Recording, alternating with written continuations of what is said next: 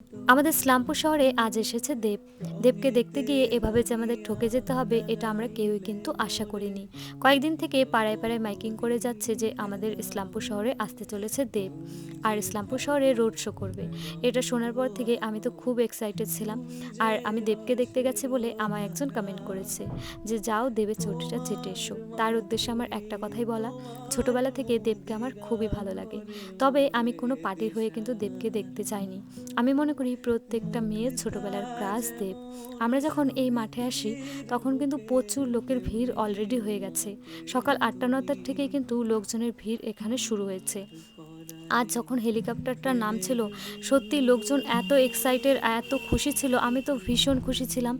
যার সিনেমা সেই ছোটোবেলা থেকে দেখে আসছি তাকে সামনাসামনি দেখবার জন্য আমি কিন্তু খুব এক্সাইটেড ছিলাম। ওপর থেকে যখন হেলিকপ্টারটা নিচের দিকে নামছিল, হেলিকপ্টারের পাখার হাওয়াতে মাঠের মধ্যে যত নোংরা ছিল সমস্ত নোংরাতে কিন্তু আমাদের মাথার চুলের অবস্থা খুব খারাপ হয়ে গেছে।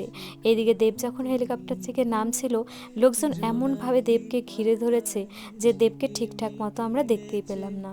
এই যে ভিডিও ক্লিপগুলো আমি নিয়ে রেখেছি, জুম জুম করে কিন্তু ভিডিও ক্লিপগুলো নেওয়া, স্পষ্টভাবে ভালো করে কিন্তু দেবকে আমি দেখতে পারিনি, যার জন্য মনটা আমার খারাপ হয়ে গেছিলো।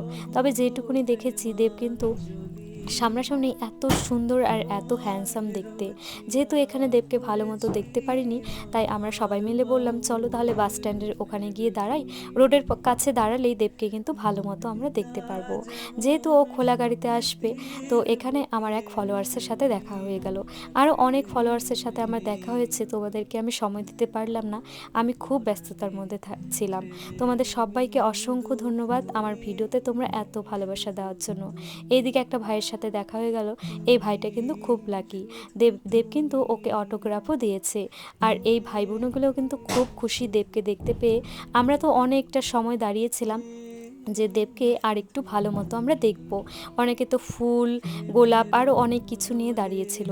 তবে দেব ছোট একটা কালো কাচের গাড়িতে কিন্তু কখন যে ও আমাদের সামনে দিয়ে চলে গেছে আমরা কিন্তু আর দেখতে পারিনি। দেবকে না দেখতে পেয়ে আমাদের মন কিন্তু খুব খারাপ হয়ে গেছিলো। তোমরা কারা কারা দেবকে স্পষ্টভাবে দেখেছো বা কারা কারা দেখতে পাওনি আমাকে কিন্তু কমেন্ট করে জানিও।